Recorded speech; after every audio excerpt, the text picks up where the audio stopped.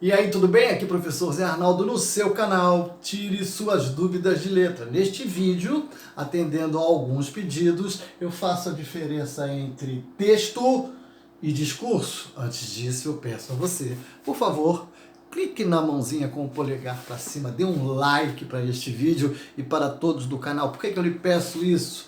Porque fazendo isso o canal se torna mais visível e chega a mais pessoas que porventura precisem dos conteúdos que eu gravo aqui com todo carinho para quem efetivamente necessita de aprender sobre esses conteúdos, tá bom? É para isso que eu peço. Então, diferenciando texto e discurso, vamos lá. Olha bem, o discurso é, em primeiro lugar, digo a você, a língua em uso. Ou seja, toda vez que eu produzo um discurso, toda vez que eu falo ou escrevo, eu uso a língua. E uso a língua conforme alguns fatores que eu vou listar aqui agora dentro da chave. O primeiro deles é a história. Todo discurso, toda vez que eu uso a língua em conformidade com o tempo em que eu vivo. Percebe isso? Vou lhe dar um exemplo. Machado de Assis escreveu uma obra clássica. Machado de Assis é um escritor que produziu quase toda a sua obra na segunda metade do século XIX, ainda que tenha morrido na primeira década do século XX.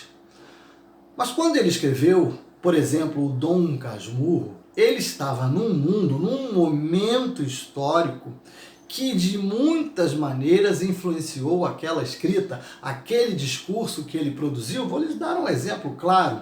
No Dom Casmurro, que para mim é a obra máxima do Machado de Assis, naquele período em que a história se passa, ainda há a miséria da escravidão. E isso, de alguma forma, influencia o discurso que ele produziu lá.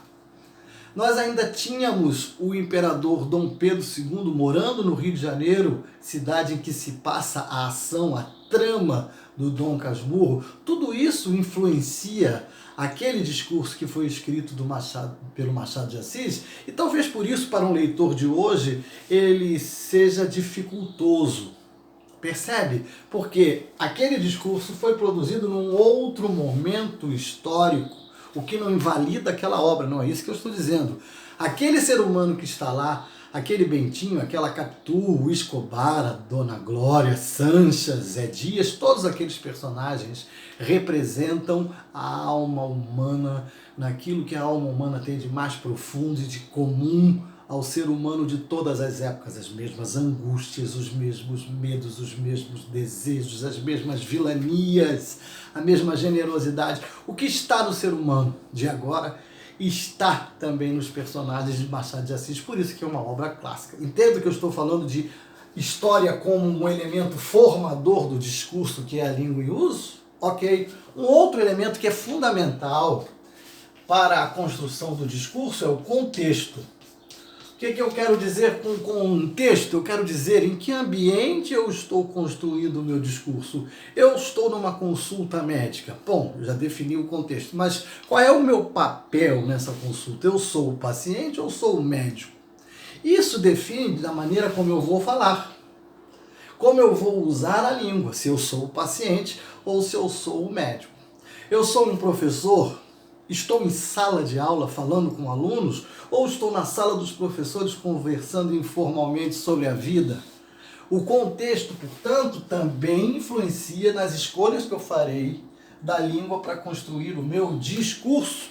A situação em que eu esteja define ou ajuda também a definir a língua e o modo como eu vou usá-la. Será que o ambiente em que eu estou é formal ou é informal?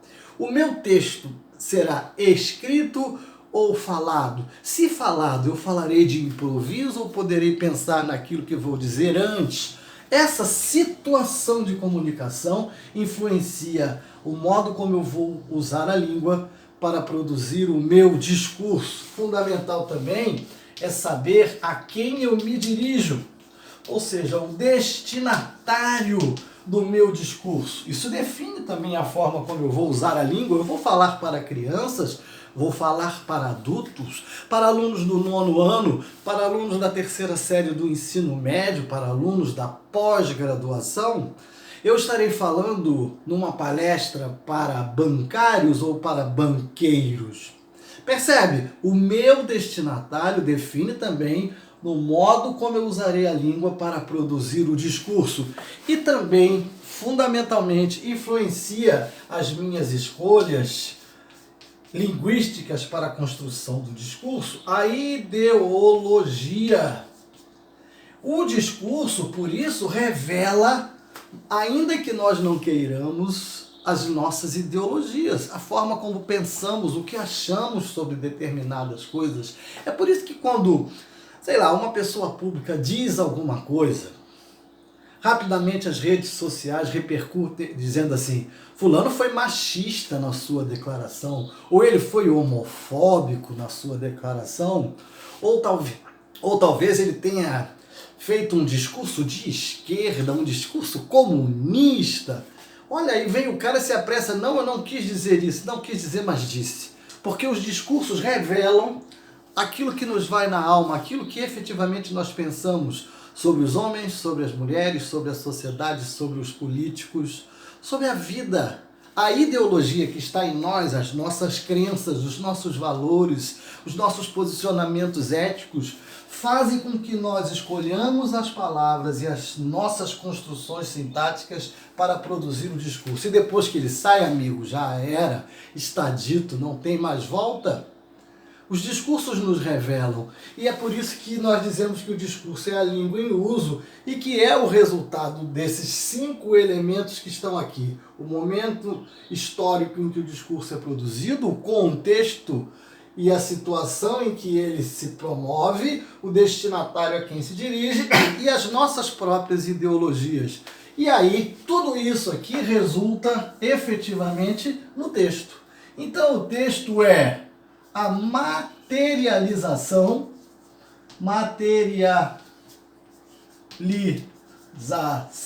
deixa eu ver se eu não saí da tela aqui com dá para ver, materialização do discurso. O texto é o resultado do discurso. O discurso, então, para encerrar, é a língua em uso. Ele é produzido conforme esses 5 elementos: a história, o contexto, a situação, o destinatário e a ideologia, e o resultado desse uso linguístico para a comunicação e a expressão é o texto oral ou escrito, que é efetivamente a materialização do discurso. Por favor, se você gostou, deixa o like para o canal, tire suas dúvidas de letra. Até a próxima. Um beijo.